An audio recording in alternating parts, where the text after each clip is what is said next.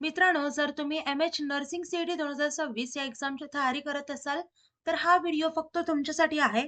कारण आजच्या लेक्चरमध्ये आपण नर्सिंग ॲप्टिट्यूडचा डिस्कव्हरीज हा टॉपिक डिस्कस करणार आहोत. याचे डायरेक्ट एम-सी-क्यू क्वेश्चन पाहणार आहोत. या टॉपिकवरती डायरेक्ट प्रश्न येतो. तर आजच्या लेक्चरमध्ये वेगवेगळ्या प्रकारचे कसे क्वेश्चन्स येऊ शकतात ते पाहूयात आपण. तर मित्रांनो, मी धरती तुमची एज्युकेटर ग्लोबल ऑनलाईन युट्यूब चॅनलवरती तुमच्या सगळ्यांचं स्वागत करते आणि आजच्या लेक्चरमध्ये आपण डिस्कव्हरीज, वॅक्सिन्स या सगळ्या गोष्टी डिस्कस करूयात. ओके.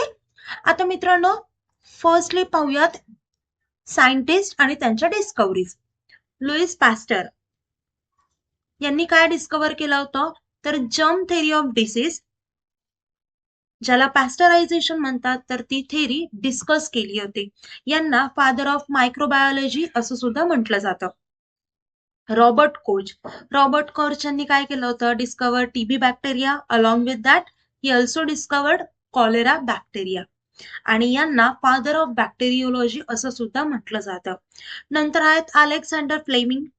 यांनी पेनिसिलिन डिस्कवर केली होती, जी पहिली अँटीबायोटिक होती. Penicillin from penicillium notatum which is fungus. Edward Jenner हे सायंटिस्टांनी फर्स्ट स्मॉल पॉक्स वॅक्सिन काढली होती आणि यांना फादर ऑफ इम्युनॉलॉजी असं सुद्धा म्हटलं जातं. नेक्स्ट पाहूयात जोसेफ लिस्टर यांनी अँटीसेप्टिक सर्जरी इन्व्हेंट केली होती, डिस्कवर्ड केली होती. It is use for carbolic acid आणि यांना अँटीसेप्टिक सर्जरी चे फादर असं सुद्धा म्हटलं जातं. रोनाल्ड रोस हे यांनी काय डिस्कवर केलं होतं, मॉस्किटो स्प्रेड्स मलेरिया डिस्कवर केला होता आणि यांना फर्स्ट इंडियन नोबेल प्राइज देखील मिळालंय मेडिसिन मध्ये. नेक्स्ट आहेत रॉबर्ट हुक यांनी कॉइन म्हणजे सेल हा टर्म डिस्कवर केला होता, कॉइन केला होता. नंतर आहे Camillo Golgi body discovery, works in cell secretion process मध्ये यांनी काम देखील केलेलं आहे.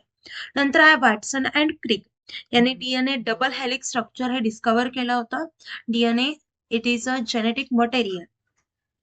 आता मित्रांनो, आपण वॅक्सिन्स बऱ्याचशा आहेत, त्या प्रत्येक वॅक्सिन कोणी डिस्कवर केली ते पाहूयात. आता त्याआधी तुम्हाला जर प्रत्येक सब्जेक्टचा डिटेलमध्ये सिलेबस डिस्कस करायचा असेल, एमसीक्यू प्रॅक्टिस करायच्या असतील, तर तुम्ही आपली लाईव्ह बॅच जॉईन करू शकता. 1 तारखेपासून सुरू होतीये. त्यामध्ये तुम्हाला फुल सिलेबस लाईव्ह लेक्चर्स मिळतील, रेकॉर्डेड लेक्चर्स मिळतील, full syllabus plus chapter wise test series मिळतील, प्रॅक्टिससाठी क्वेश्चन बँक आहे, रिव्हिजनसाठी फुल सिलेबस नोट्स देखील आहेत. पहा मित्रांनो, या सर्व गोष्टी तुम्हाला मिळत आहेत. त्यासोबतच free of cost mentorship, counselling course, या सगळ्या गोष्टी तुम्हाला मिळत आहेत. आता नर्सिंग सीईटी सोबतच जर तुम्ही पीसीएम सीईटी, पीसीबी सीईटी, नीट, जेडबलई हे देखील कोर्सेस जर करत असाल, तर ते देखील कोर्सेस आपल्याकडे आहेत. त्यामध्ये देखील सेम फॅसिलिटी अवेलेबल आहे. आता जर तुम्हाला 5ही कोर्सेस घ्यायचे असतील, तर त्याची प्राइस असेल फक्त 10,000 रुपये आणि जर सिंगल कोर्स घ्यायचा असेल म्हणजे कुठलाही एक कोर्स, तर त्याची प्राइस असेल फक्त 5,000 रुपये. आता कोर्स जॉईन करण्यासाठी दिलेल्या नंबरवरती तुम्ही कॉन्टॅक्ट करू शकता किंवा प्ले स्टोर वरती जाऊन ग्लोबल ऑनलाईन ऍप डाउनलोड करा, ओपन करा. ओपन केल्यानंतर नाव आणि नंबर एंटर केल्यानंतर तुम्हाला असा इंटरफेस समोरील इंटरफेसच्या पहा डाऊनवर्ड साईडला स्टोर असा आयकॉन असेल, त्यावरती क्लिक करा. त्यावरती क्लिक केल्यानंतर तुम्हाला कोर्सेसचं पेज दिसेल. कोर्सेसच्या पेजच्या सर्च बॉक्समध्ये तुमच्या कोर्सचं नाव टाईप करा. खाली कोर्स येईल, तो कोर्स ओपन करायचा आणि एनरोल करायचा. त्यानंतर कोर्सेसच्या सगळ्या गोष्टी तुम्हाला ऍक्सेस होतील.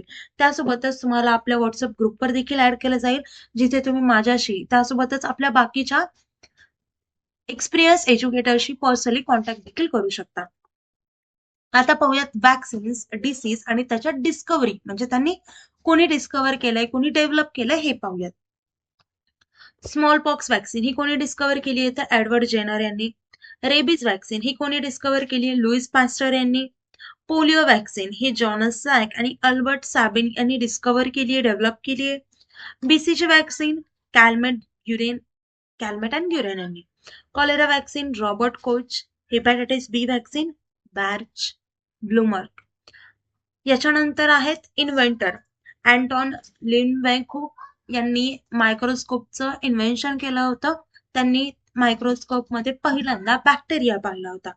नंतर आहे विलेम हिंथवेन यांनी ईसीजीचं इन्व्हेन्शन केलं होतं, विच स्टँड फॉर इलेक्ट्रोकार्डिओग्राम. नंतर आहे विलम रॉन्गन यांनी एक्सरेचं इन्व्हेन्शन केलं होतं. अलेक्झांडर ग्राहम बेल यांनी स्टेटोस्कोप म्हणजे स्टेटोस्कोप मध्ये थोडेसे इम्प्रूव्हमेंट केलं होतं. पूर्ण स्टेटोस्कोप इन्व्हेंट नव्हतं केलं, तर त्यामध्ये इम्प्रूव्हमेंट केल्या होत्या. नंतर आहे कार्ल लँडस्टेनर यांनी ब्लड ग्रुप सिस्टीम इन्व्हेंट केली होती. जेम्स वॅटसन अँड क्रिक यांनी डीएनए मॉडेल हे डिस्कस केलं होतं, इन्व्हेंट केलं होतं. त्यानंतर आहे Florence Nightingale, he is founder of modern nursing आणि यांना लेडी विथ द लॅम्प असं सुद्धा म्हटलं जातं.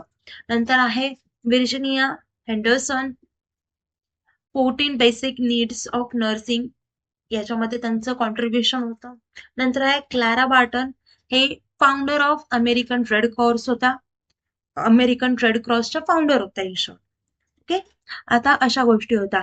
आता हे जे फॅक्ट्स आहेत मी तुम्हाला इथे दिलेले आहेत, ते एक्झामच्या रिलेटेड इम्पॉर्टंट फॅक्ट्स आहेत. त्याच्यावरती प्रश्न डेफिनेटली विचारू शकतात. स्क्रीनशॉट काढून घ्या, त्याचा स्टडी करा. ओके, नेक्स्ट आहेत frequently asked questions in MH nursing CET, हे सुद्धा मी तुम्हाला इथे दिलेलं आहे.